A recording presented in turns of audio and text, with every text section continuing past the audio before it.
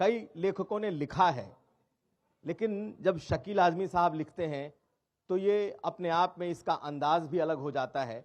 और मेरी देखिए, जो हमारे धार्मिक ग्रंथ हैं किसी भी धर्म के, उसको हम इस तरह से भी पढ़ते हैं, पुण्य समझ के भी पढ़ते हैं कि पढ़ेंगे तो पुण्य मिलेगा।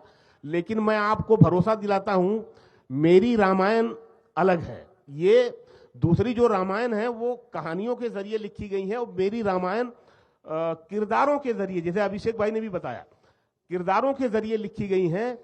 और मेरी जो रामायण है उसमें पुण्य भी मिलेगा आपको, मजा भी आएगा, इसलिए उसको पढ़ें, आप वनवास को पढ़ें। जी, तो ये वनवास का वो हिस्सा है जिसे आप जब जितनी बार पढ़ेंगे उतनी बार आप उसमें नया रस पाएंगे। लेकिन सिर्फ उर्मिला ही नहीं, चूंकि इन्होंने बात की और हम लोगों ने उस किताब को जब देखा तो पता चला कि रामायण, रामचरितमानस, जब आप इसको देखते हैं तो एक पूरा ग्रंथ है, लेकिन जब किरदारों के जरिए देखते हैं तब एक क्रिटिकल थिंकिंग आती है कि आप फिर दूसरे नजरिए से भी देखते हैं। इन्होंने अहिल्या पर लिखा,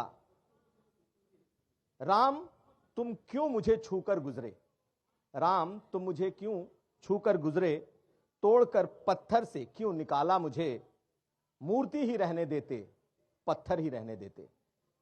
तो इंद्र की वो नजर, गौतम ऋषि का वो श्राप, इन तमाम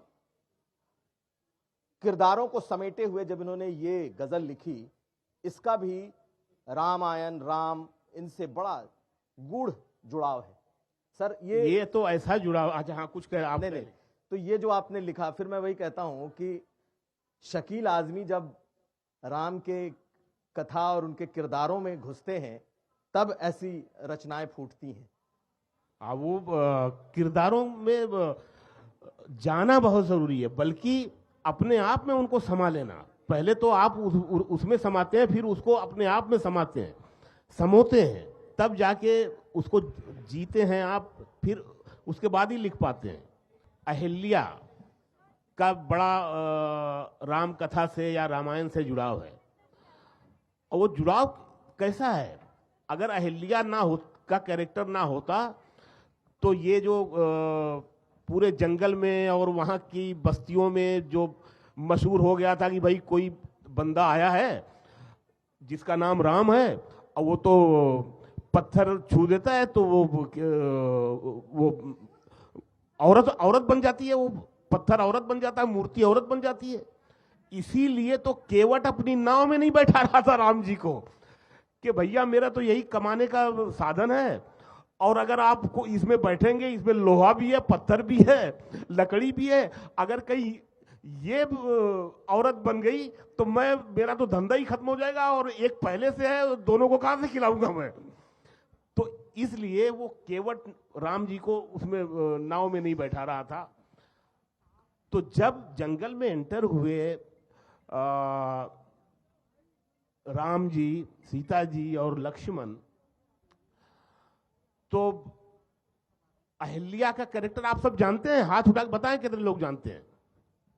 अच्छा, कुछ लोग नहीं जानते तो बताना पड़ेगा, उसके बिना मजा नहीं आएगा। अहिल्या भी ऐसा कैरेक्टर है कि उसके बारे में बात बहुत कम हुई है। अच्छा, किसी कैरेक्टर के बारे में बात कम हुई है तो इसका मतलब ये नहीं है कि वो कैरेक्टर छोटा है।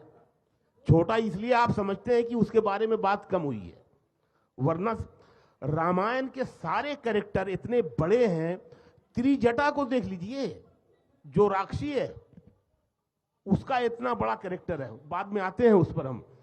तो अभी मैं अहिल्या की बात कर रहा हूं। जैसे बताया इन्होंने कि इंद्र की नजर और गौतम ऋषि जी का जो श्राप है, गौतम ऋषि की पत्नी है।